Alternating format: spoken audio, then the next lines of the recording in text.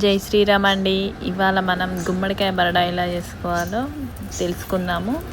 ముందుగా కట్టెల పొయ్యి అంటు పెట్టుకుంటున్నాను. నాకు కట్టెల పొయ్యి మీద చేయడం అంటే చాలా ఇష్టము, అందుకే పొయ్యి రెడీ చేసుకున్నాను. మా మంతని స్పెషల్ ఈ గుమ్మడికాయ బరడా కర్రీ అండి.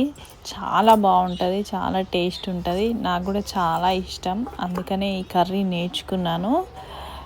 ఇది మీకోసం ఇవాళ నేను చూపిస్తాను. మంచి ఫ్రెష్ గుమ్మడికాయ తీసుకోవాలి. దీనికోసం శనగపప్పుని మిక్సీ పట్టుకొని పెట్టుకోవాలి. ఎక్కువ అమౌంట్ అయితేనేమో గిర్నీలో పట్టించుకోవచ్చు, ఇది తక్కువ కాబట్టి నేను మిక్సీలో పట్టేసుకున్నాను అనమాట.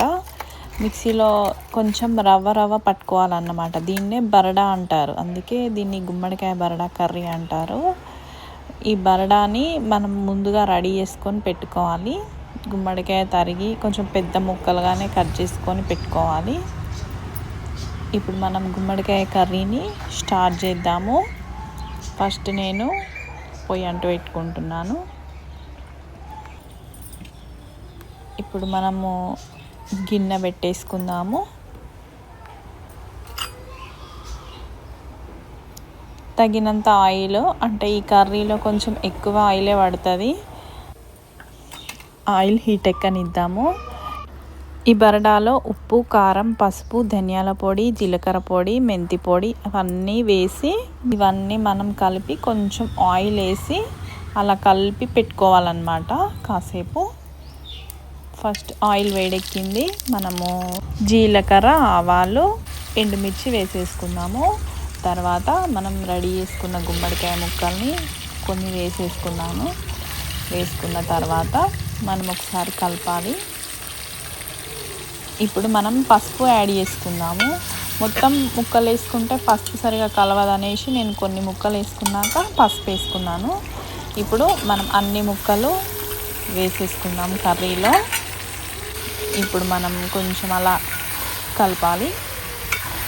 ఈ గుమ్మడికాయ కర్రీ టేస్ట్ ఎంత బాగుంటుంది అంటే చాలా బాగుంటుంది. మీరు కూడా ఒకసారి ట్రై చేసి చూడండి. మళ్ళీ మీరు కావాలని చేసుకొని తింటారు. మాకైతే చాలా ఇష్టము ఈ కర్రీ, అందుకని నేను చేసుకుంటున్నా. ఇప్పుడు మనం కొంచెం ఇంగువని యాడ్ చేసుకుందాము. ఇంగువ అనేది ఇందులో కంపల్సరీ అండి. ఇంగువ లేకుండా చేయొద్దు, బాగుండదు. ఇంగువ కంపల్సరీ వేసుకోవాలి. ఇప్పుడు మెంతి పొడి యాడ్ చేసుకుంటున్నాను, కొంచెం ఒక 1/2 స్పూన్ అన్నమాట. ఒకసారి కలిపేసుకుందాము. మంచిగా కలుపుకొని ఒక 5 మినిట్స్ రెస్ట్ ఇచ్చి తర్వాత మనం కారం యాడ్ చేసుకుందాం. కారం ఒక 2 స్పూన్లు పడుతుంది. కారం 2 స్పూన్లు వేసుకొని మంచిగా కలుపుకోవాలన్నమాట. చూడండి, కొంచెం వేడెక్కింది. కారము ఫ్రై అయిన తర్వాత మనం మూత పెట్టేసుకోవాలి.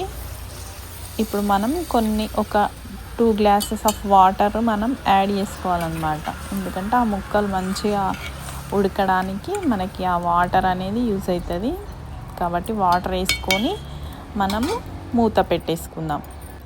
ఇప్పుడు ఆ ముక్కలన్నీ మంచిగా వాటర్లో బాగా బాయిల్డ్ కావాలి. చాలా టైం పడుతుంది బాయిల్డ్ కావడానికి. ఇప్పుడు బాయిల్డ్ అయింది. నేను ఉప్పు వేసుకున్నాను. ఉప్పు వేసుకున్న తర్వాత మళ్ళీ ఒకసారి మంచిగా కలిపేసి మళ్ళీ కాసేపు రెస్ట్ ఇద్దాం కర్రీకి.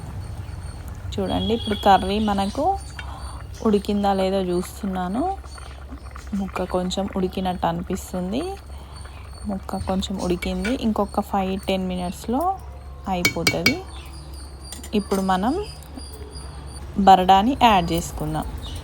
బరడాని వేసుకొని మనం తగినంత బరడా, అంటే మనకి సూప్ ఎక్కువ కావాలంటే ఎక్కువ, మనకి మామూలుగా కావాలంటే మామూలుగా వేసుకోవచ్చు నచ్చినంత. నేనైతే ఒక బౌల్ నిండా వేసుకున్నాను. అది మనకి ఉడికేసరికి కొంచెం థిక్ అవుతుంది అన్నమాట. అప్పుడు మన కన్సిస్టెన్సీ బాగుంటుంది. వేసుకొని కాసేపు మనం కర్రీకి రెస్ట్ ఇద్దాం. ఈ గుమ్మడికాయ బరడా బదులు దోసకాయ బరడా కూడా చేసుకోవచ్చు అండి. సేమ్ ఈ గుమ్మడికాయ ముక్కల ప్లేస్లో దోసకాయ ముక్కలు వేసుకుంటే దోసకాయ బరడా కూడా మనకి రెడీ అయిపోతుందండి. చూసారా, ఈ కన్సిస్టెన్సీ అయిన తర్వాత మనం ఒకసారి మూత పెట్టేసుకుందాము. ఇప్పుడు చూడండి, కర్రీ అయిపోయే స్టేజ్కి వచ్చేసింది.